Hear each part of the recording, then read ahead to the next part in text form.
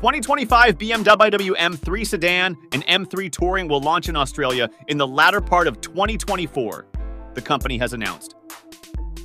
BMW says the first local deliveries of the updated G80 M3 sedan and its Wagon sibling, the G81 M3 Touring, will begin in the fourth quarter of the year, October to December inclusive, bringing several updates, including an increase in performance for all-wheel drive variants.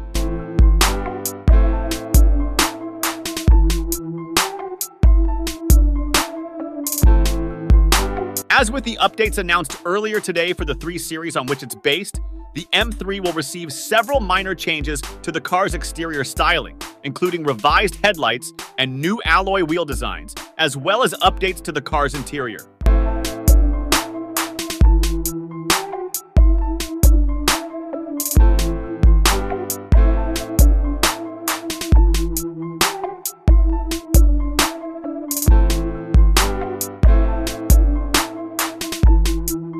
While final pricing and specifications will be announced in July 2024, BMW says to expect a new flat-bottom steering wheel, fresh touches to the cabin, and the introduction of BMW Operating System 8.5 for infotainment and iDrive duties.